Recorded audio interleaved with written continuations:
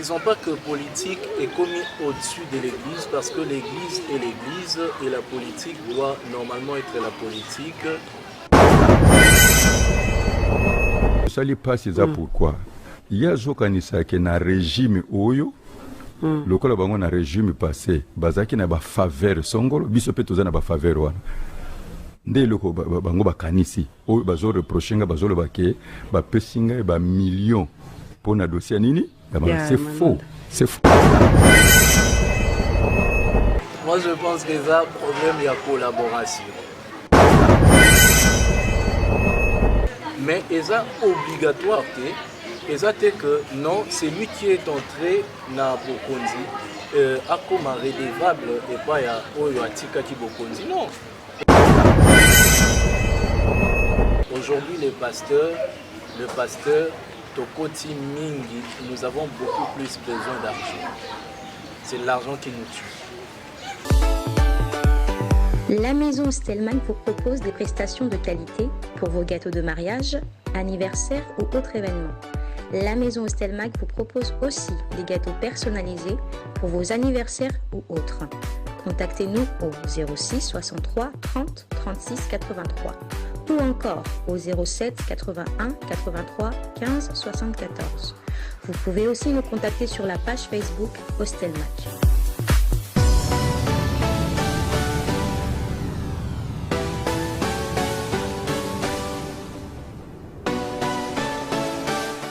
Fidèles internautes, ça dépend à l'ère à laquelle vous nous suivez de partout et merci pour vos suggestions, pour vos remarques et critiques, vos messages. En tout cas, nous sommes très contents de vos messages, vos critiques, vos suggestions, vos remarques et critiques. Donc, ça a bien des comme sans plus tarder, nous allons passer à notre émission d'aujourd'hui, Miroir, mais Miroir version débat concernant ce qui se passe en actualité ici en République démocratique du Congo concernant si j'ai mon sur internet partout site concernant le pasteur Sonny Kafuta, Rockman et le pasteur Albert Conkenza.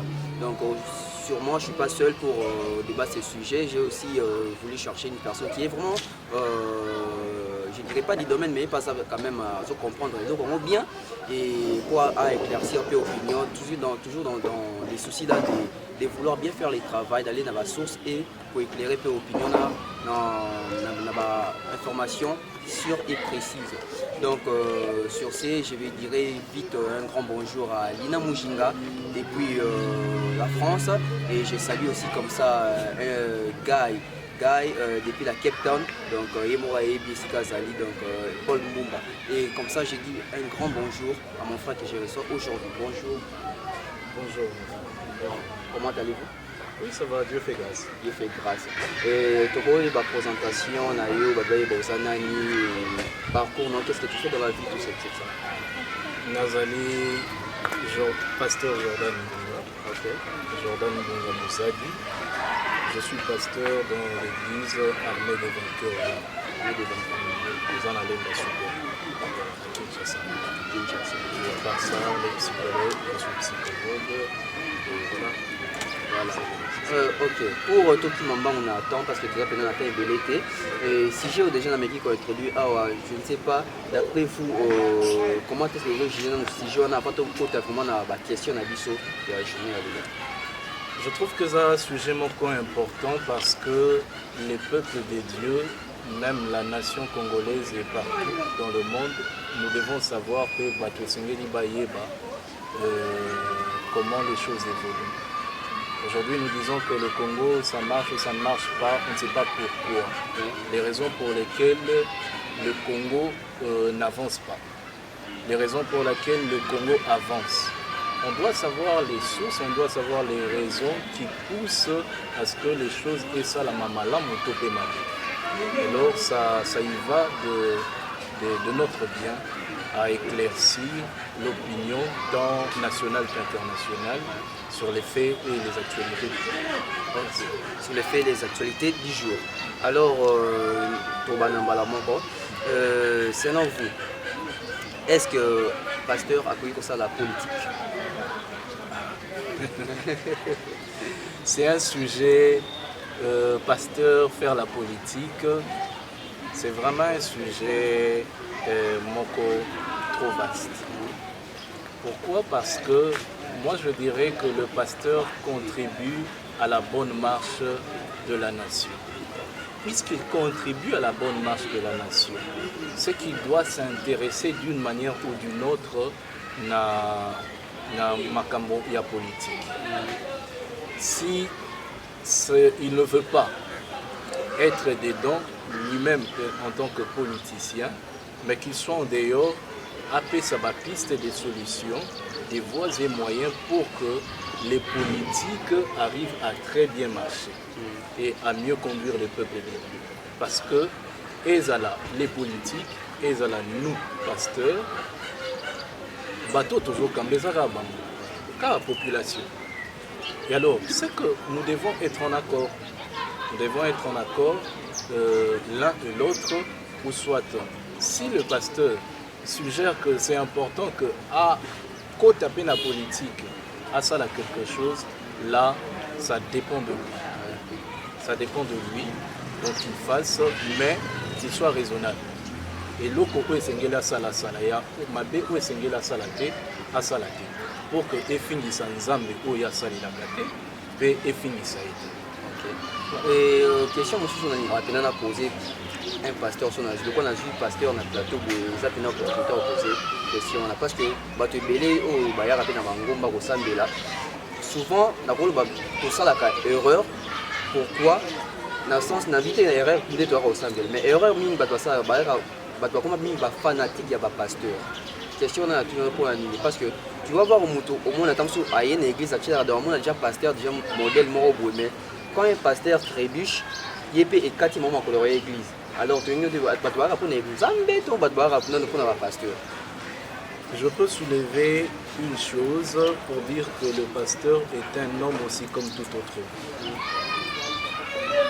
Et là, qui c'était que parce qu'il est pasteur et qu'il est 100% saint. Non, il n'est pas 100% saint. Il a des failles, il a des faiblesses. Là, on dit bien que le salut est individuel. Quand j'accepte Jésus, je dis que à partir d'aujourd'hui, dès aujourd'hui, je reçois Jésus comme mon Seigneur, mon Sauveur. Le pasteur ne peut pas être un objet yamutu que akatanzela nzambe. Pourquoi? Parce que le pasteur a commettre bêtise. Non. Mon que pasteur azamutu. Bien que ce pasteur doit normalement être irréprochable. Et Sengeli azala mutu moko oyo azam modèle, mais je n'en disconviens pas. Il arrive aussi qu'en tant qu'homme, à quoi quelque part. Non, je ne pourrais pas dire que parce qu'il est tombé, ngana tiki au sambela. Non, tant ngana tiki au sambela, bon, lelo na ki na kufi. Na kufi. Nga mutu na okota lifelo, yo mutu okota lifelo, yo mondimo yo tiki nzambe, okota lifelo. Ezala na yo, ezala na pasteur, ceux qui pasteur azongi sima, azongeli nzambe na ye. Oui, ça va. Mais yo mutu o sumuki, yo mutu o tiki nzambe à cause ya pasteur, yeba que oza n'en fait pour rien. C'est pourquoi je dirais que nous devons comprendre que le pasteur est un homme comme tout autre. Il a des faiblesses, il a aussi des points forts. Oyo, normalement, tu ne dois pas arrêter de prier parce qu'un pasteur a commis une bêtise. C'est ça. C'est ça. Et pasteur, de côté on a sujet pasteur, qu'est-ce qui se passe entre Sonny Kafuta et pasteur Albert Kakenza? Bon, ce qui se passe, j'ai appris que le pasteur Sonny à qui j'ai beaucoup de respect, qui a dénoncé que le pasteur Albert Kakenza a proposé qui est $50,000 na pour que à soit signature il y en a il y a Ronsard Malonga. Sali ezali d'abord un ba manquer respect na institution oya biso. Et là, Sali ezali rébellion ezali insubordination toloba baza mpe na qualité te me masolo ebandi ndenge nini eloko ya liboso bandaki na initiative ya pasteur Jean Bosco Kindomba oyo azali moko ya bamembre fondateur na pasteur Saint Précieux ye nde moto ainitiaki lettre ya liboso akomeli ngai ke nabengisa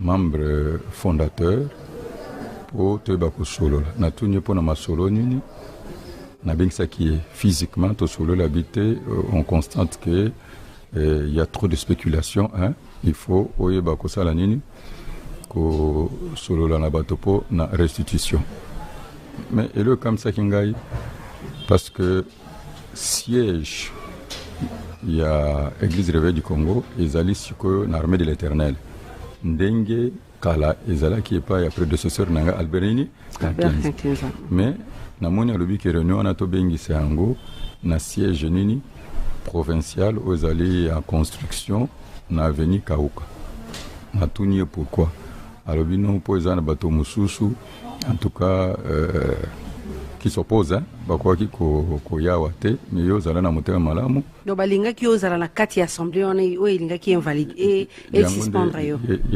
bon nayebaki na likambo ezalaki na kati te nayebisi ye d'abord ekosalema te parce que ezali vice ya nini ya procédure alors nsima na yango après misato lisusu ye na pasteur Moïse Chibumbu oyo atangaki déclaration wana na mapasa baolino bakomi babengisi bato alors ntango babengisi bato moto oyo aza kocoordonne makambo nyonso kocommanditaire na yango ezaki ye moko Albert Kankenza mwana mbo mpo bareunion ebandi epai na ye wapi na ndako na yo be na église mpe ye moko nde abandi kopreside yango ide na liboso ezalaki ntango tobandaki tosalaka ligue des églises et ministères du réveil yango nde toye kosala ekomi RC sikoyo ligue wana ezalaka na statut nango na mikanda na nini na yango nyonso alors alingaki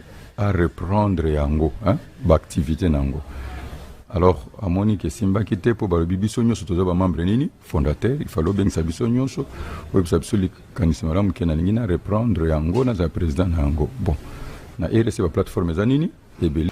Voilà un peu, il y a Monaki il ne pourra pas supporter ces choses et il l'a dénoncé. Mais pasteur, on est dans la Bible comment ceux qui ndekona ko ina na mbeba okoki maboko étalé te obengi na pembeni au conseiller deuxième fois troisième fois et puis par la suite on se remet méthode monsieur. Pensez pas que ça vraiment toto ça une exposition de la part il y a celui qui a fait un exposé pas dire bon ce que je vois merci pour cette question et l'okonazo na regretaka et pas na biso yo tozokamba bato tozokamba ces peuples de Dieu surtout plus dans nos églises de réveil nos églises évangéliques dites communément églises de réveil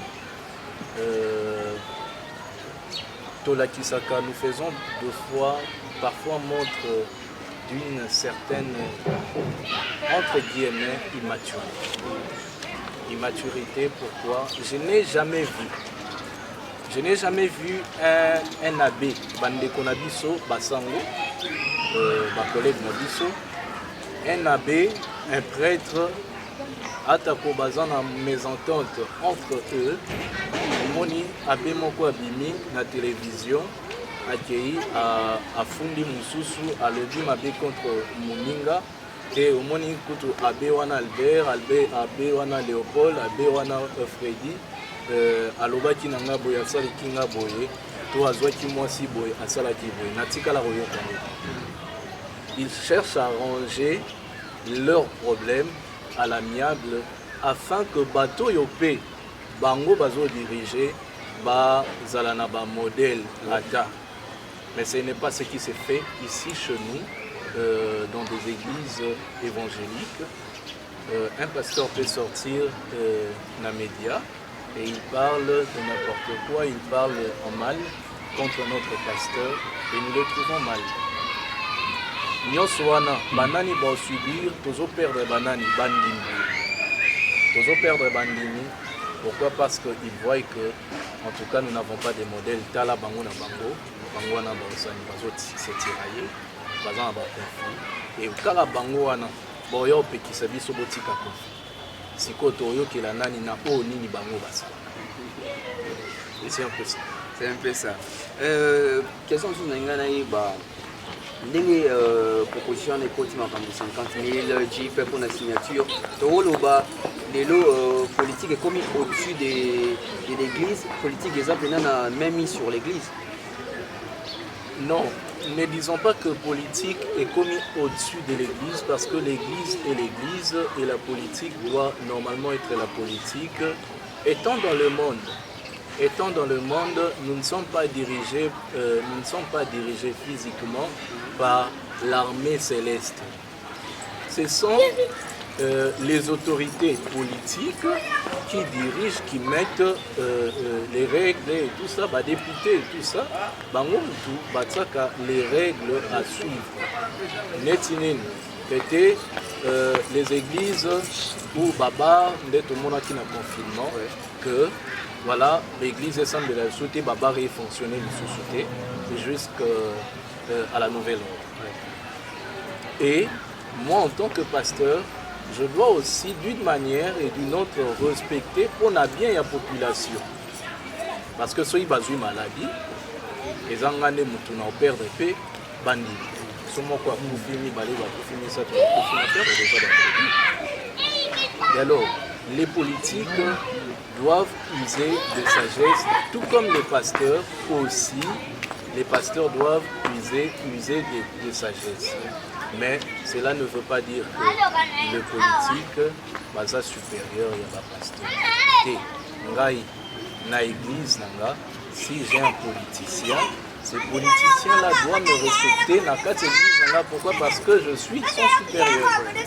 Et dans les 6 cas où le politique a ça, il est supérieur dans la tangu et Sengeli n'a respecté principe et ordre moko où Sengeli n'a pasteur n'a respecté. Ok.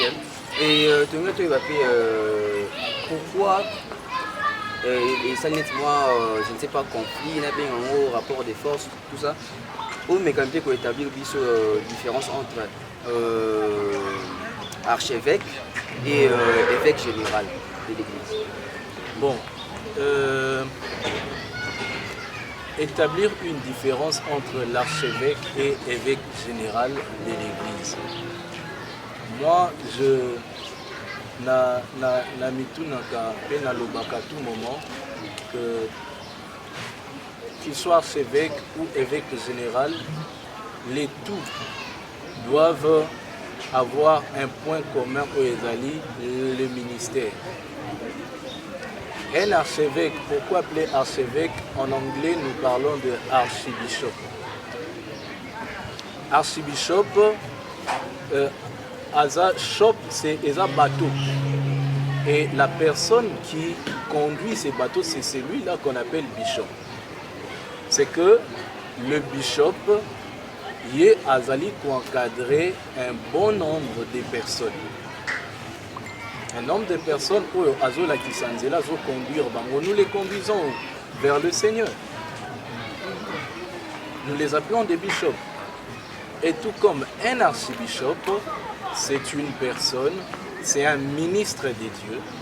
D'abord, ministre des dieux, Oyo, Aza pour encadrer, pasteur, Aza encadrer des hommes des dieux, aussi dans le ministère. Mais ce n'est qu'un titre ajouté.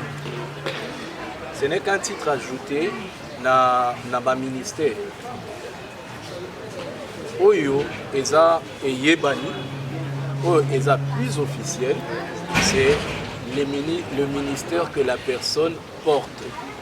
Pasteur, il est pasteur, il est prophète, il est apôtre, il est évangéliste ou il est docteur de la parole. C'est ça. Alors, pour une question parce que les lobami, les réseaux sociaux, tout ça, apparemment, Albert Kankenza se sent peut-être mal à l'aise parce que Sonny Kafuta ne veut pas être redevable envers lui. Le sujet ou la réaction à chaud et Je n'ai pas compris, s'il vous plaît. Ouais, j'ai reformulé la question autrement. Bon, des personnes d'Obama, il fallait par exemple que Monsieur Sonny Kafuta puisse être redevable par rapport à Albert Kankenza parce qu'il y a des légués, parce que les deux azali, du coup, le pasteur Nieu se passe comme l'église de Réveil, pas représentable. Sur ce point-là, il fallait être redevable, je ne sais pas. Il faut rendre compte, je ne sais pas. Baekolo wana po bato bakota esengeli bafuta $400 parce que l'église arrive à comprendre que ezali unité plurielle, c'est-à-dire chaque pasteur azotambusa nini église na ye biso resizaka ka cadre ozomona ya encadrement. Alors eloko munene si ya suka ezali choc ezali ke ye aleki na ba cycle nyonso ya élection 2006 avec Malumalo, 2011 avec le révérend Goinini Mulunda, 2018 avec Nanka, n'est-ce pas? Cycle nous sommes dans l'équipe. Et Zalaka, bino boyebi yango bozaba journaliste na confession religieuse, CENI, comme partenaire, pour bisoto zalaba mobilisateur, apesa kambongo na ba confession nini religieuse pour na makambo na tuna oya biso monanate. Siko avec Pascal. Nyoso avec Pascal Moussous. Avec général Sonny Kafuta Bolimbisi. Avec Pascal Adamoninga nanga. Adamoninga yo. Sikawa yo lobiete projet na bango eza ko tekela ba politique et ça les makana lobite ba na ye ko découvrir yango on a zo bisayo kende par exemple et pas ya oyo babengi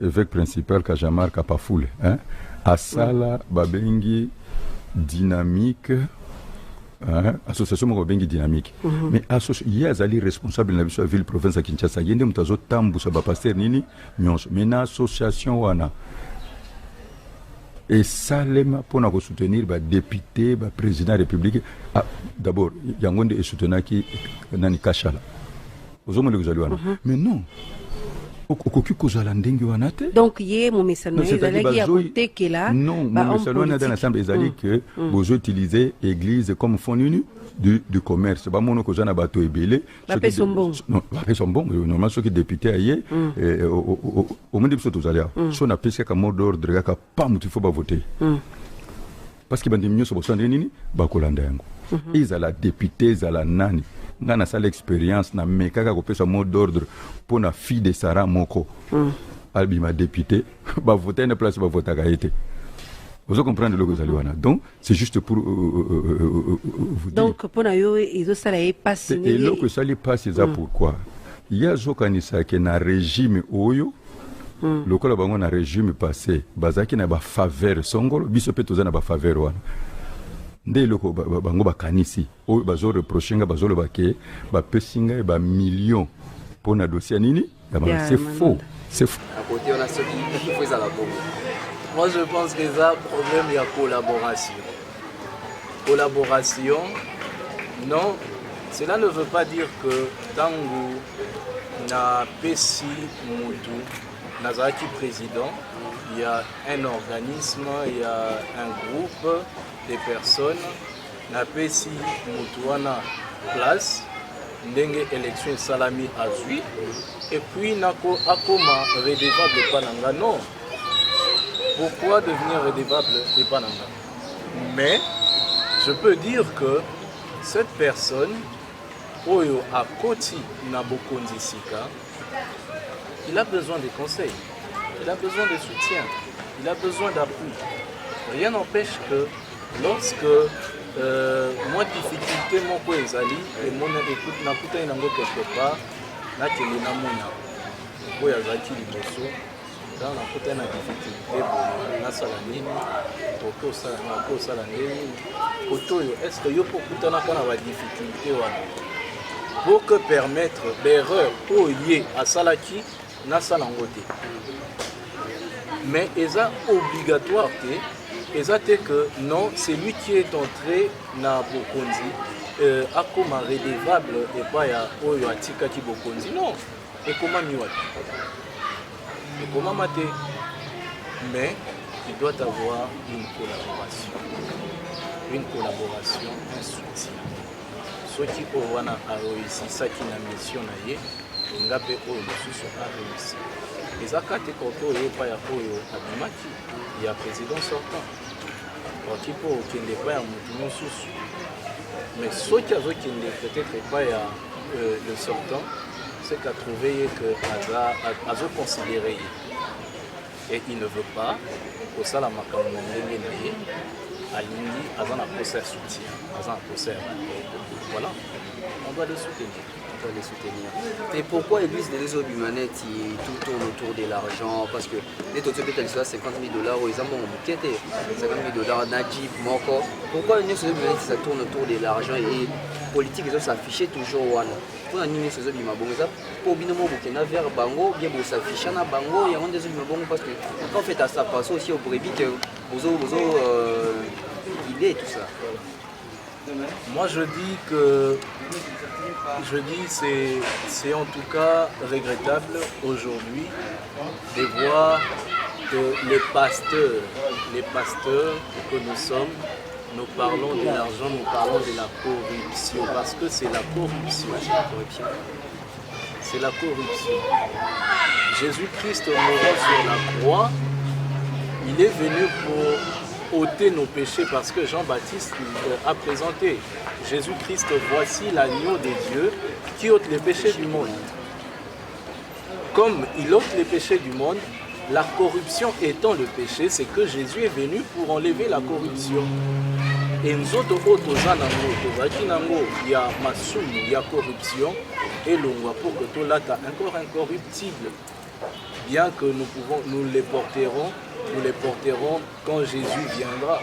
Mais le pasteur, l'enfant des dieux ou l'homme des dieux, en tant que citoyen dans le pays, en tant qu'homme, le Seigneur aussi a cherché à Luka, Makambo et Otiko Nui Yete, et Otiko Bébi sa réputation.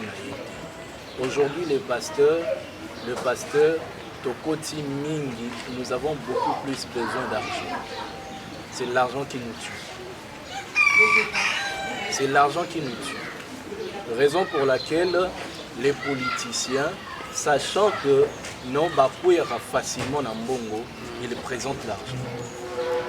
Et pour que réputation, Nanga Pasteur et Béba, le diable, passant par les politiciens, vient nous présenter l'argent. Soyez côté à Moissi, à Kokite, à présenter au côté à Mbongo. Pourquoi? Parce que la Bible aussi dit que l'argent répond à tout. Ben, puisque toi, pasteur, tu sais que l'argent répond à tout, tu t'es dit que c'est biblique. C'est biblique, il faut dans un Mbongo, même si il faut présenter l'engaï, offre moko, pour déshonorer Nzambé, puisque l'argent répond à tout, je dois avoir l'argent. En tout cas, là vraiment, c'est réglé. Et maintenant, pasteur, le Saviso, les sujets, ça la Bible. Que comprenez-vous de ces sujets? Bien, expliquez-vous ni au comprendre, les leçons ni tirer dans le sujet au pays où la leçon à tirer est que nous pasteurs, et que les pasteurs, le Seigneur dit tout en la vérité. Parce que Jésus-Christ dit que je suis le chemin, la vie et la vérité. Nous, en tant que chrétiens d'abord, nous faisons voir aujourd'hui que nous ne sommes pas comme Jésus. Alors que réellement, nous devons avoir comme modèle Christ. Si Christ était venu ici sur terre pour Nabokonzi ya Mabele, c'est que Bisopé, le Seigneur qui Tolanda, Batras wana ya Luka Bambongo, ya Linga Mbongo Koleka, ya kolinga basi koleka, ya kolinga ma voiture koleka. Mais Christ n'est pas venu pour ça. C'est que nous devons chercher la vérité qui est Christ. Christ a marché comment? S'il n'est pas venu pour ça, c'est que nous aussi, nous ne devons pas faire preuve de cupidité. Nous ne devons pas faire preuve de cupidité. Ne pas avoir un amour excessif ya mbongo. Et luka mbongo na ndenge ezana. Soki ozwi yango, opambolami, ok. Soki elakisi te que soki ozotambola na motuka lelo yo nde babengi yo grand pasteur. Non. La grandeur d'un pasteur n'est pas dans ses avoirs, mais c'est dans son être. C'est qu'il est. Je suis comment je marche dans l'intégrité devant Dieu. Est-ce que je crains mon Dieu? Je crains Jésus. Nazo copier vraiment image à Jésus. Naza vraiment image à Jésus ici sur terre. Je représente vraiment Jésus et Christ ici sur terre. Si cela est ainsi, ok, gloire à Dieu. C'est que tu es un grand pasteur. Mais être grand ne veut pas dire que vous allez à 50 000 $, vous allez à 100 000 $, ou vous allez à Jeep, autant bon à Jeep, au monoculture, carrosse. Pasteur Tokomi na chité. Moi, 2-3 questions, Moro Yasuka.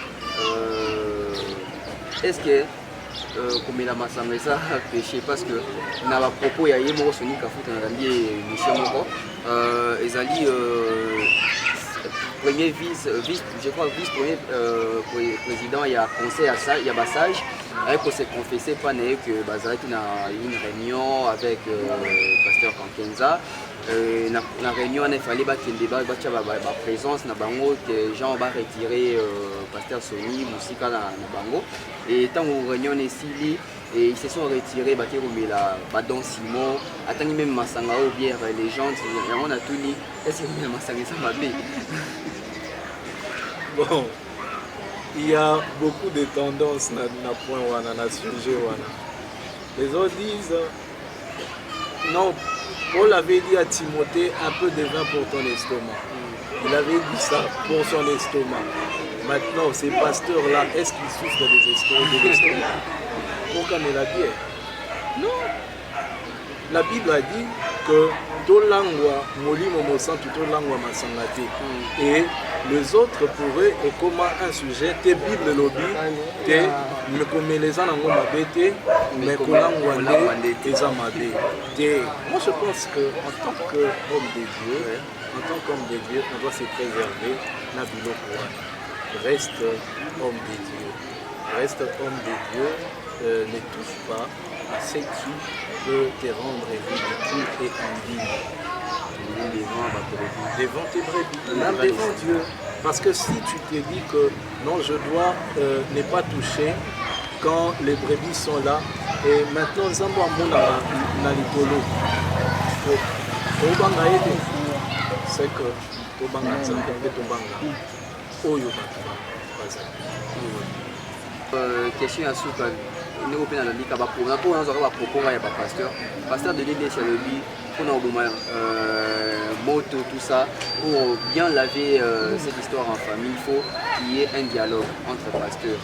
Et quel est votre avis bien au sujet? Il y ait un dialogue entre pasteurs et les médiateurs maintenant, un dialogue. Bon, le dialogue c'est bien. Normalement, quand il se passe un problème, on doit se réunir et en parler entre nous pour trouver la solution. C'est la bonne voie. C'est la bonne voie où on a soutenir, peut nous soutenir, mais le problème est que nous, les pasteurs, en tout cas, s'il vous plaît, nous devons faire preuve d'une certaine maturité. D'une certaine maturité, pourquoi? Parce que même si nous parlons de dialogue, mais pourquoi parce qu'on a dialogue un problème qui est alors que ce n'est pas ce que normalement nous devons être et ce que nous devrions faire. Le dialogue est entre le pasteur, il y a de plusieurs solutions, il y a des solutions. ceux qui sont dans l'église catholique devant un problème et tout ça, ça les concile. Ça les concile pour traiter sur des points, des essentiels. Il y a l'église pour ça, ordre. Normalement, dans l'église évangélique, nous devons aussi avoir des conseils, nous devons avoir des assemblées, des dialogues permettant pour mettre des principes favorisant que l'église puisse bien marcher. Mais le problème chez nous, exemple, azoluka intérêt naïe, azoluka chip, azoluka mbongo, azoluka, voilà l'intérêt. Ce n'est pas normalement ce que nous devons. C'est pas ça, je soutiens le dialogue. Vous soutenez le dialogue. Et pasteur, un dernier message n'a pas fidèle, et n'a pas pasteur. Je demanderai au pasteur d'abord. Pasteur, parce que bango biso ba pasteur de mutu tozali ba pilier. Toza ba pilier. Tozo lakisa nini liboso ya bandimi oyo tozo kamba. Il y a un adage qui dit qu'il n'y a pas de faux groupes, mais il n'y a que de faux chefs. C'est que si aujourd'hui l'Église des dieux marche avec beaucoup de défaillances, avec beaucoup de défauts et beaucoup d'erreurs, c'est parce que nous, pasteurs, nous ne savons pas comment nous conduire. Le pasteur lui-même, c'est un menteur. Le pasteur lui-même, tant Toyo Kamakambu, il n'y a pas longtemps, j'ai suivi à la télé le pasteur Denis Les. Le pasteur Denis Les qui avoue que Tala, Maman Liva Mema Rabiso, Boye, Babenga Rabiso, tout ça la culte, Bapesa Rabiso Bambongo et tout ça. Il le dit clairement. Qui veut dire quoi?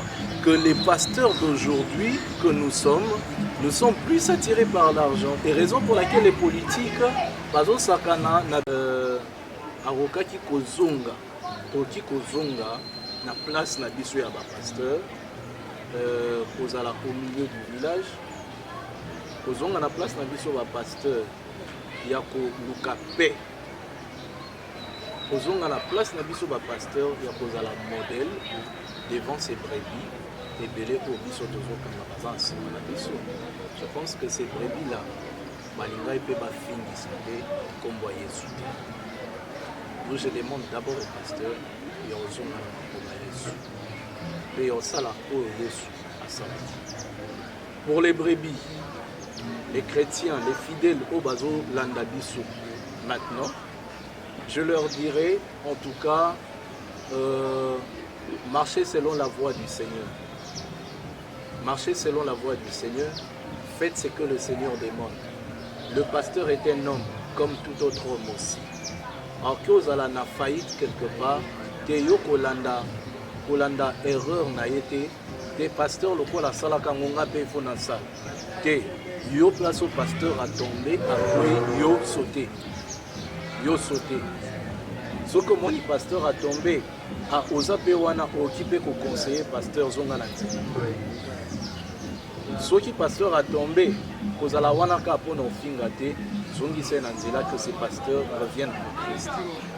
Je pense que c'est ce que nous devons faire, nous pasteurs et aussi nos chrétiens. Parce que pasteur, à part cause à la pasteur aux alliés, nous a d'abord chrétien et fidèle comme tout autre. Et pasteur église déjà puis va coordonner la bino, comment est-ce qu'il y a de rejoindre la bino, ne peut appeler l'église, pourquoi pas pour se faire fidèle à Siba. L'église est allée na armée des vainqueurs rois, et ça comme on église armée des vainqueurs rois, et ça na Super Lemba, na Kinshasa, Super Lemba sur l'avenue Paka numéro 1455. Donc là nous prions le mardi, jeudi et dimanche. Mardi, jeudi de 17h30 à 19h30 et dimanche de 9h30 à 12h30. Donc nous sommes là. Je dis à tout le monde, soyez les bienvenus. Et voilà, Laissons-nous conduire par le Saint-Esprit. Le pasteur, je ne sais pas, d'être aussi si vous voyez moi, ma salutation, que ce que Voilà, ma salutation est en Garaté. Je commence par saluer mon papa, l'apôtre Papier Yali, et si Kazali, Bambote Nayo Yangouana, l'église, Nazo Nazali, l'armée de Vainqueurs, la maman, la prophétesse Déboré Yali. Je n'oublie pas mon grand frère Dadi Kambala, ma maman Anim Belou et Nanou Kambala ici à Bozali, les États-Unis. En tout cas, Nzamba Pambola Bino Ebele, sans oublier Sandra Eyol, Ouattana, na France, et aussi Koza na Bordeaux, Zambé à Pambola Bino, Biasa de la Bino Bola. Merci beaucoup à tout le monde qui nous suit. Nous disons tous merci et que Dieu vous bénisse. D'esprit, c'est ainsi que nous mettons un terme à cette émission et je suis très content d'avoir ici les pasteurs sur ces plateaux. En tout cas, nous avons été édifiés ensemble dans la CP Living et sur le CP, la image, la réalisation émission. En tout cas, il m'a marqué à la caméra, toujours correct, dans le design. Et si comme ça, je dis un grand merci à Lina Mouchinga depuis France, JP Batiki, la boîte qui est autour, JP Batiki na Lyon en tout cas, mais forte. Et agence Traveling Guy na Cape Town, en tout cas vient dans Bambo Tebele. Et on dit que sa beauté ne se limite pas pour Otana, lui c'est qui le patron Bogos Abed Achour. Et merci comme ça, bye bye, à la prochaine. La maison Stelman vous propose des prestations de qualité pour vos gâteaux de mariage, anniversaire ou autres événements. La maison Stelman vous propose aussi des gâteaux personnalisés pour vos anniversaires ou autres. Contactez-nous au 06 63 30 36 83 ou encore au 07 81 83 15 74. Vous pouvez aussi nous contacter sur la page Facebook Hostelmac.